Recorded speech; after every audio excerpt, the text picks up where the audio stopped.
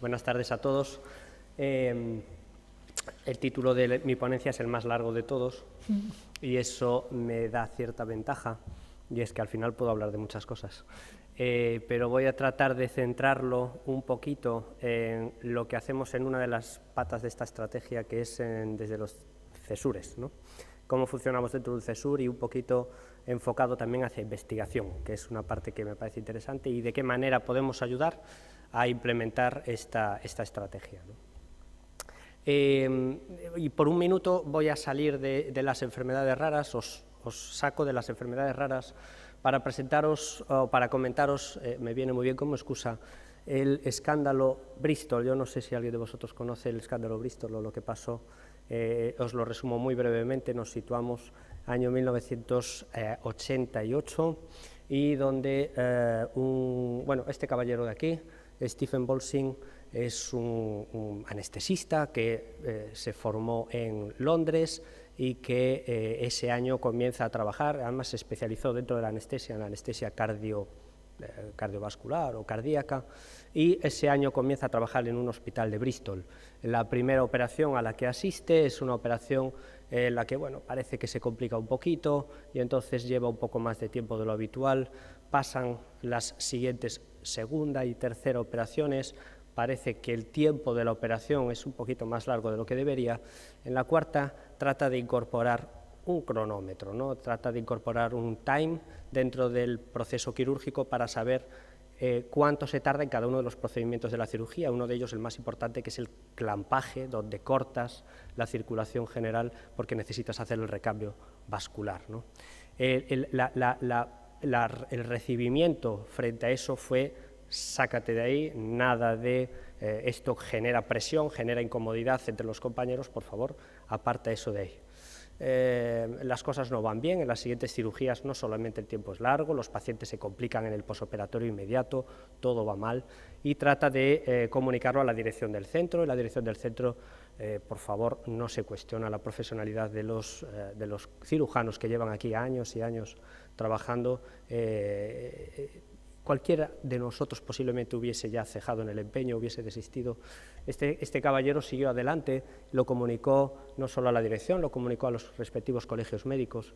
10 años después, año 1998, el director médico de ese hospital y dos cirujanos, entonces ya jubilados, fueron condenados de facto por el fallecimiento, por negligencia en el fallecimiento de 29 de 50 operaciones cardíacas en relación con la mala praxis, con el tiempo de prolongación en las cirugías y en el clampaje. ¿Por qué traigo esto a colación? Pues porque Stephen Bolsing, que por cierto, fijaros cómo es nuestro colectivo, que acabó desterrado de Inglaterra sin poder trabajar en ningún otro sitio a pesar de tener la razón, y ahora mismo vive en Australia, vive retirado de la medicina como asesor y consultor en empresas privadas. Este hombre no fue escuchado, ¿no? Y parte de, posiblemente si lo hubiese sido, hubiese cambiado las cosas.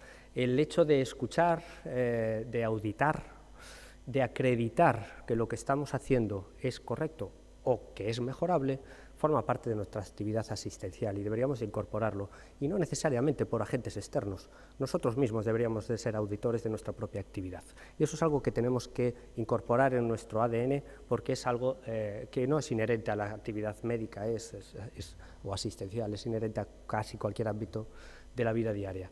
Pero desde luego la acreditación en enfermedades raras o la evaluación de lo que estamos haciendo es más necesario, si cabe, que en cualquier otra patología. En Europa hay muchas agencias encargadas de acreditar y la mayoría de ellas son de ámbito estatal.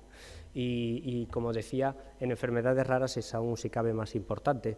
Hay unos números que no voy a repetir porque ya han salido en varias ocasiones, pero sí tal vez la interpretación de estos números, el hecho de que haya tantas enfermedades y ya ha salido aquí, hace que es imposible el alcanzarlas todas en profundidad de conocimiento. la mayoría de estas patologías no las veremos delante de nosotros nunca en toda nuestra carrera profesional. Por lo tanto, si queremos ayudar a los pacientes que sí vamos a poder asistir, necesitamos profundizar en el conocimiento de ellas, de las que tenemos, ¿no? Y el conocimiento va innegablemente ligado a la investigación y al desarrollo, y eso es así. En nuestro país, como digo, también tenemos acreditación de la actividad asistencial, en concreto para actividades raras, pero lo viene por mandato europeo.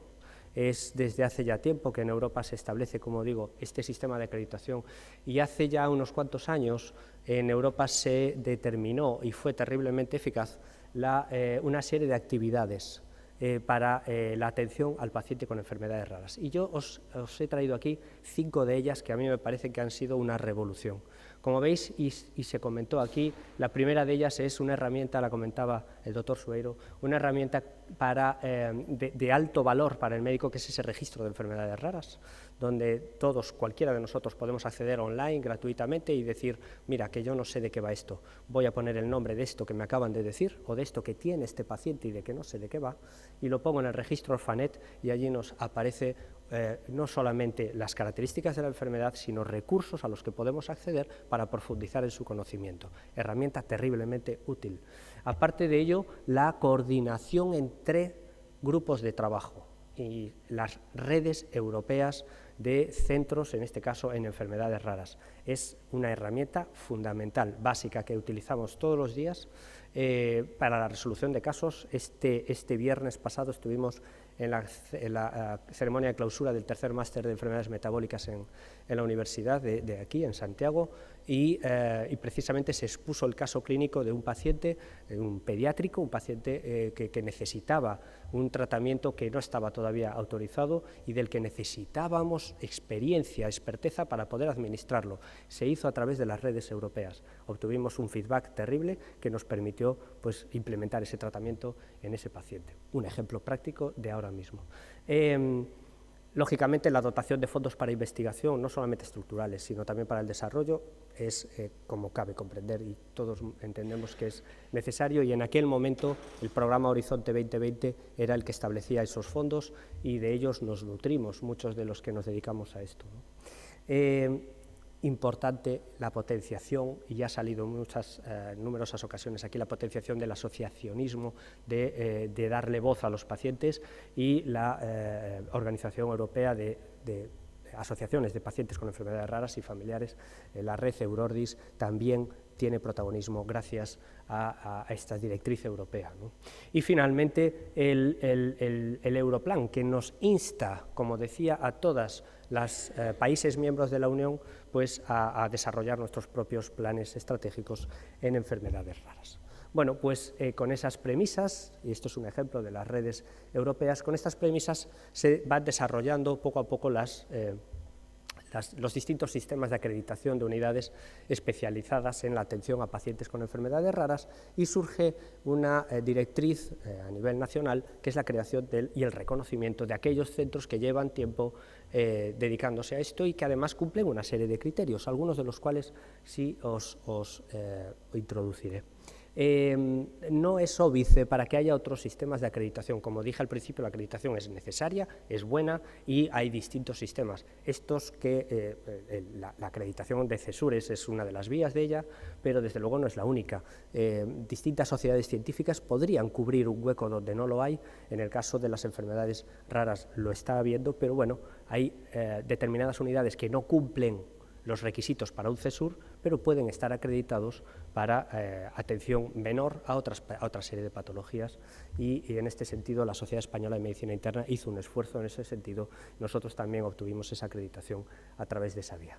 El CESUR, ¿quién decide o cómo se decide qué patologías son subsidiarias de ser incluidas dentro de un CESUR, que cumplan criterios para reunir la atención en un centro de referencia? Bueno, no se hace de forma arbitraria, no se hace de forma casual, y se hace de forma consensuada y bajo el asesoramiento de especialistas. Es un proceso más o menos complejo, que tampoco es cuestión de detallar aquí, y que al final termina en la convocatoria para que los distintos centros que atienden a determinadas patologías se presenten para esa acreditación, ¿no? Y bueno, así surge la propuesta de los CESURES, que al final, ¿qué es lo que busca? Bueno, busca concentrar la atención a pacientes con determinadas patologías en centros donde haya experteza, donde ya haya un conocimiento, ¿de acuerdo? Y además establecen una base que me parece muy importante, y lo comentaba Alberto antes, que es esa continuidad asistencial. Ha salido en muchas ocasiones, son enfermedades raras y crónicas, y muchas de ellas además con causa genética, lo cual quiere decir que muchas de ellas se manifiestan en edad pediátrica. Si además el progreso permite ya no diagnosticarlos antes, sino tratarlos antes, porque tenemos más opciones de tratamiento, estamos convirtiendo enfermedades que antes eran incurables en enfermedades crónicas que llegan a la edad adulta, y necesitamos una transición eficaz. Nosotros lo vemos todos los días en las enfermedades metabólicas por algo que os comentaré ahora a continuación. Esa transición es importante. En este momento de la edad adolescente, yo no sé si muchos de aquí tenéis hijos en edad adolescente, sabéis lo que supone este momento clave en la vida de rebeldía, de madurez, a mayor o menor, antes o más tarde. Algunos no llegan a alcanzar la madurez nunca, pero lo cierto es que es un momento clave para pacientes que están con enfermedad, y los que han visto pacientes con diabetes tipo 1 lo saben muy, muy bien. En este momento es donde se produce muchas veces abandonos en el tratamiento, o abandonos, peor aún, en el seguimiento, ¿no? Y llegamos a desaparecer, ¿no? ¿Por qué se produce esta falta de adherencia? Desde luego esa edad es clave, pero es que muchas de estas patologías además requieren tratamientos que no son fáciles de completar, ¿no? En muchas ocasiones. El ejemplo que os traigo es el de la fenilcetonuria. Es posiblemente una de las patologías metabólicas más frecuentes, si no la más, y nosotros manejamos muchos pacientes dentro de nuestra unidad, y fijaros, aunque estos son datos de Estados Unidos, pero es extrapolable a cualquier otro país, y en el nuestro también. Los pacientes cuando llegan en la edad pediátrica están muy bien controlados, y a medida que avanzan y sobre todo se produce el punto clave en la adolescencia, es donde empiezan a abandonar las recomendaciones dietéticas, terapéuticas. A veces, como decía, el seguimiento, esos pacientes se pierden y se produce un control que luego ya es muy difícil volver a recuperar. Por lo tanto, esa transición en la adolescencia es algo que para los CESURES es muy importante, ¿no? Algunas estrategias que, aunque pasen muy por encima, algunas estrategias a las que recurrimos para que esa transición sea menos traumática y más exitosa al final, pues pasan por abandonar la actitud paternalista y considerar lo que se comentaba aquí, empoderar al paciente, ¿no? Desde luego, y algo que hemos aprendido en el trato de las enfermedades raras, es que necesitamos no me duelen prendas, necesitamos rebajar tal vez la altivez o un buen baño de humildad, y tener en consideración que hay pacientes que saben de su enfermedad mucho más de lo que nosotros sabemos de su enfermedad. Y en ese sentido el trato con ellos nos aporta, nos enriquece a los profesionales de una manera que no podéis imaginar, ¿no? Y ese trato es, por lo tanto, provechoso para ellos y también lo es para nosotros, ¿no? La formación ha salido aquí, y la formación para profesionales, lógicamente, es imprescindible, es responsabilidad nuestra, pero también tenemos responsabilidad en formar a los pacientes, y esto es parte de ese empoderamiento. Hay que hacer actividades conjuntas, actividades de cocina metabólica, actividades de formación también en tratamiento y en patología, ¿no? Os comentaba antes qué se le exige a un CESUR, ¿no? ¿Cómo acreditamos que la actividad de un CESUR está justificado? Bueno, pues parte de esos son distintos criterios, algunos son asistenciales, otros formativos, otros de investigación. Aquí tenéis requisito para un CESUR de enfermedades concretamente metabólicas, ¿no? Que es el nuestro, 35 pacientes diagnosticados en un año y 250 a seguimiento en ese año, es el criterio que se exige para un CESUR, ¿no? También se nos pide que haya un espacio común para la evaluación de estos pacientes, que contemos con camas de hospitalización, así como de un hospital de día para ellos. Y ha salido también aquí que entendamos, y tenemos que tenerlo muy claro, que estas enfermedades, la gran mayoría de ellas, son enfermedades de índole multisistémica. Por lo tanto, es que trabajar en equipo no es un capricho, es una necesidad, ¿no? Bueno, y hay algo también en lo que inciden, y es la accesibilidad al CESUR. Ha salido también en varias ocasiones la accesibilidad a las unidades multidisciplinares, la accesibilidad también a los CESURes. Tiene que haber posibilidad de accesibilidad directa y de atención urgente. Dejadme que os hable de la atención urgente y luego de la accesibilidad. La atención urgente, y también ha salido aquí, lo comentaba Alberto perfectamente, la necesidad de que un paciente, ante un peligro de descompensación, acuda, como decía Suso Sueiro, ¿no? Decía, es que el peor sitio en una descompensación puede ser el hospital. Y es verdad, porque si el desconocimiento de la enfermedad te lleva a una mala práctica, corre serio peligro tu vida en el caso de una descompensación metabólica.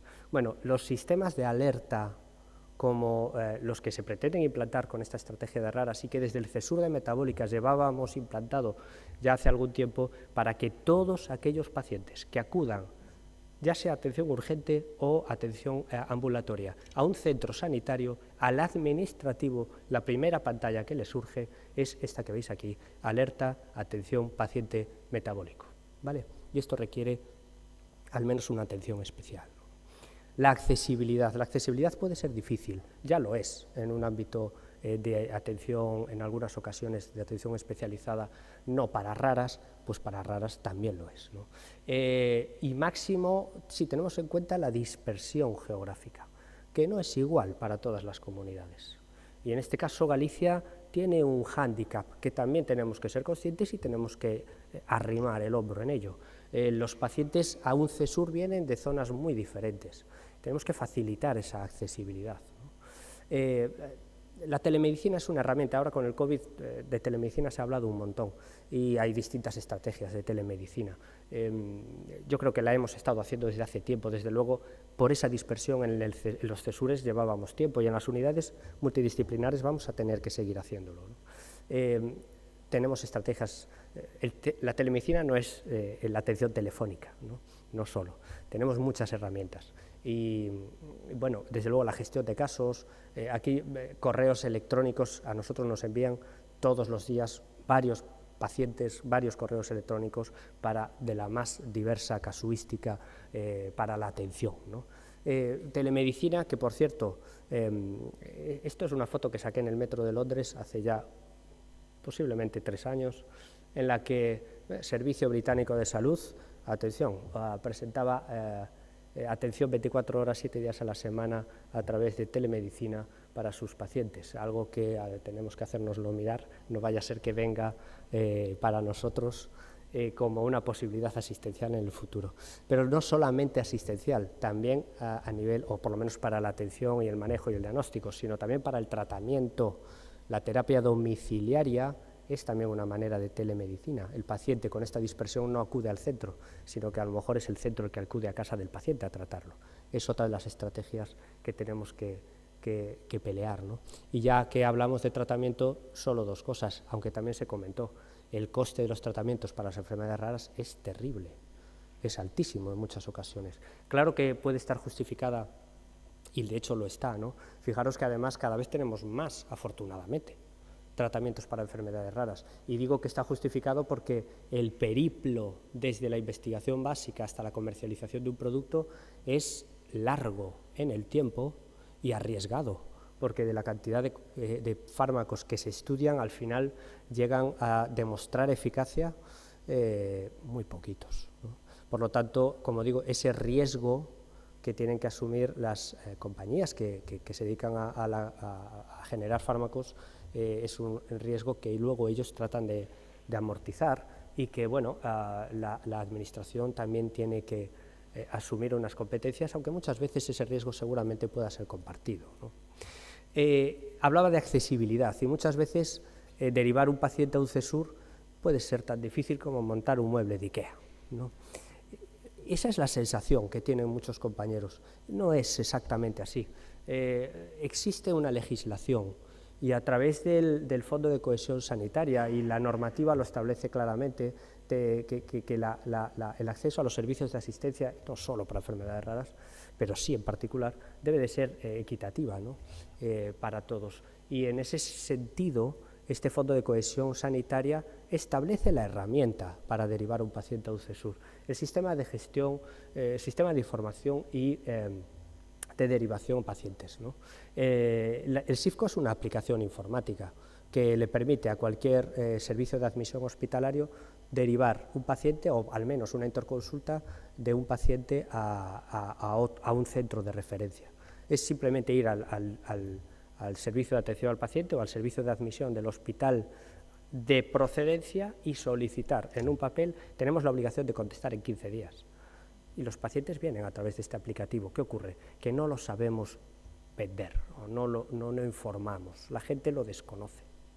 Y esperemos que con esta unidad multidisciplinar, desde luego, no pase, porque estamos haciendo un esfuerzo intenso precisamente en formar, ¿no? y en que se conozca. Pero es muy importante acreditar los resultados y necesitamos indicadores, muchos indicadores, no solo asistenciales, a nivel de métricas, de eficacia o eficiencia, también, y me parece importante, el grado de satisfacción de los pacientes. Esto hay que medirlo también, ¿no? Que al final son los destinatarios.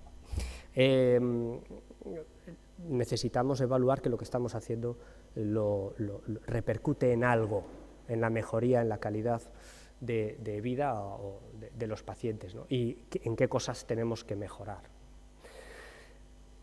Y termino, o estoy terminando con el tema de la investigación. En investigación, trabajar en redes, bueno, las enfermedades raras es un ámbito de investigación brutal, porque hay muy poco conocimiento y hay muchas técnicas que permiten generar mucho conocimiento. El primer paso, estoy totalmente de acuerdo, son los registros. No voy a investigar si no tengo pacientes. ¿Y cómo sé si tengo pacientes? Si no lo he registrado. Por lo tanto, los registros son la primera base, pero a partir de ahí tenemos que desarrollar investigación. Los CESURES están siendo un ámbito de investigación porque nos lo exigen, y parte de esta estrategia de enfermedades raras tiene un pilar específico basado en la investigación, ¿no? En terapia génica, y digo, por poner un ejemplo, hay investigación en otros ámbitos, pero la terapia génica, muchos a lo mejor de los presentes aquí piensan que la terapia génica es el futuro, y no se equivocan, pero yo lo matizaría, porque la terapia génica es el presente. En muchas enfermedades raras se está aplicando la terapia génica, tal vez no como lo concebimos, que pueda ser, de hecho las vacunas que estamos aplicando para el COVID son un modelo de terapia génica, ¿vale?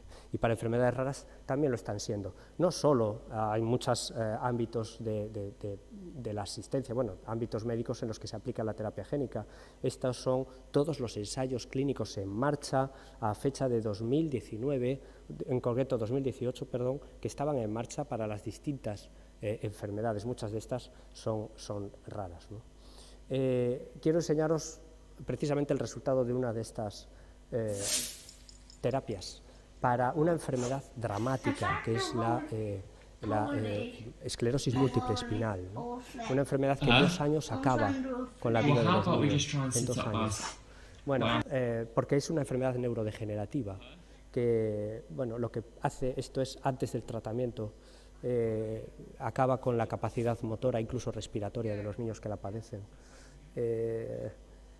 Después de 4 dosis de tratamiento con un modelo de ARN, que no es experimental, está comercializado, por lo tanto es una realidad, no es el futuro, es el presente. No solamente no se mueren en 2 años, sino que pasan 4 años y los pacientes siguen vivos y siguen siendo independientes. Es realmente increíble. Nosotros hemos tenido suerte de participar en varios ensayos en terapia génica, y estoy ya terminando. Hemos tenido suerte de participar en varios ensayos de terapia génica. Este es un ejemplo de uno de ellos para un trastorno metabólico, el más frecuente de los déficits del ciclo de la urea, el déficit de OTC, y hemos podido comprobar, hemos incluido pacientes de este ensayo clínico de 9 pacientes a nivel mundial. Nosotros hemos incluido 3 y en algunos de ellos se ha conseguido la recuperación completa. ¿Qué quiere decir? Que pueden hacer una dieta normal que antes no podían, y lo más importante, que el riesgo de descompensación que antes tenían y que los ponían al borde de la muerte, pues ese riesgo de descompensación ha desaparecido, y por lo tanto una puerta a la esperanza para muchos de estos pacientes, ¿no? Pero no se consigue nada de esto si no hay la intervención de todos los que participamos en esta estrategia, ¿no? Y aquí recojo solo algunos. Desde luego tiene que haber alguien que lidere esta actividad, tiene que haber investigadores involucrados, porque esto exige dedicación, y tiene que haber la figura de los coordinadores de los ensayos, porque requiere un trabajo brutal, y el resto de miembros. Y los institutos de investigación, que quiero hacer aquí también enarbolar la bandera de los institutos como aglutinadores de recursos y también de recursos no solamente materiales y económicos, sino también humanos para llevar a cabo estos ensayos, ¿no? Por lo tanto, y ya ahora sí finalizo, pues dejadme que os diga que la atención al paciente con enfermedades raras solamente se entiende desde una atención multidisciplinar, que desde luego tenemos retos y que muchos de ellos pasan, como veis, como están ahí reflejados, porque no se nos pierdan los pacientes, por aumentar esa adherencia a la consulta y la adherencia también a los tratamientos, que son muy complejos y que tenemos que manejar esa complejidad. Requiere especialización y formación. La estrategia gallega de enfermedades raras trata de abarcar todos estos retos. Desde luego, un modelo distinto de gestión sanitaria, que es lo que se pretende implementar, aumentando la accesibilidad y a ver cómo manejamos el impacto económico de los nuevos tratamientos, ¿no? Os planteo algunas soluciones para algunos de estos problemas, aunque han salido aquí en la mesa muchos de ellos y por lo tanto tampoco incido de ellos, pero simplemente el último apunte para poner la investigación en lo alto de la cima como motor necesario para la asistencia de las enfermedades raras hoy, mañana y siempre. Muchas gracias.